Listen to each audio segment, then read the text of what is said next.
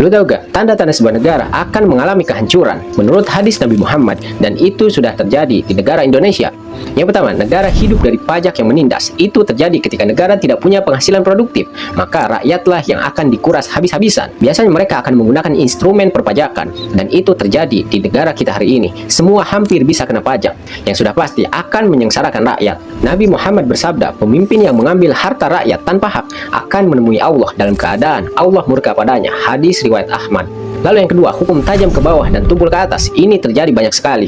Ketika rakyat kecil berbuat suatu kesalahan, maka aparatur hukum akan sangat cepat menanggapinya. Sementara jika para pejabat dan orang-orang kaya berbuat kesalahan, hukum itu seakan-akan tidak pernah ada. Nabi bersabda, yang membinasakan umat sebelum kalian, jika ada orang mulia mencuri, mereka akan membiarkannya. Tapi jika ada orang lemah mencuri, maka mereka akan menghukum. Hadis riwayat Bukhari dan Muslim. Yang ketiga, jabatan diberikan kepada seseorang yang tidak layak menerimanya. Itu terjadi ketika kekuasaan bukan lagi menjadi amanah, tetapi menjadi kepentingan bagi kroni dan ketamakan. Nabi pun bersabda, jika urusan diserahkan pada bukan ahlinya, maka tunggulah kehancuran itu datang. Hadis riwayat Bukhari. Ini bisa kita lihat banyak para pejabat di negara kita yang mereka sebenarnya secara intelektualitas dan integritas mereka tidak pantas menjadi seorang pemimpin.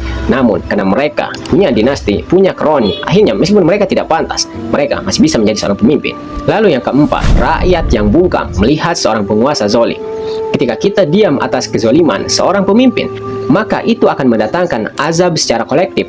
Nabi pun bersabda, jika manusia melihat kemungkaran lalu membiarkannya, maka Allah akan timpakan azab kepada mereka semua. Hadis riwayat Abu Tirmizi. Lalu yang kelima, kesenjangan sosial makin jelas terlihat ketika harta hanya berputar di kalangan elit saja dan rakyat kecil hidup dengan sulit dan sengsara.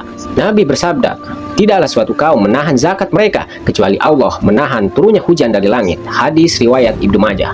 Semua ciri-ciri itu sudah terjadi di negara kita. Ini adalah fakta. Jadi pertanyaannya, kita sebagai rakyat Indonesia, apakah kita akan terus diam atau bersuara lantang untuk menyelamatkan negeri kita tercinta ini?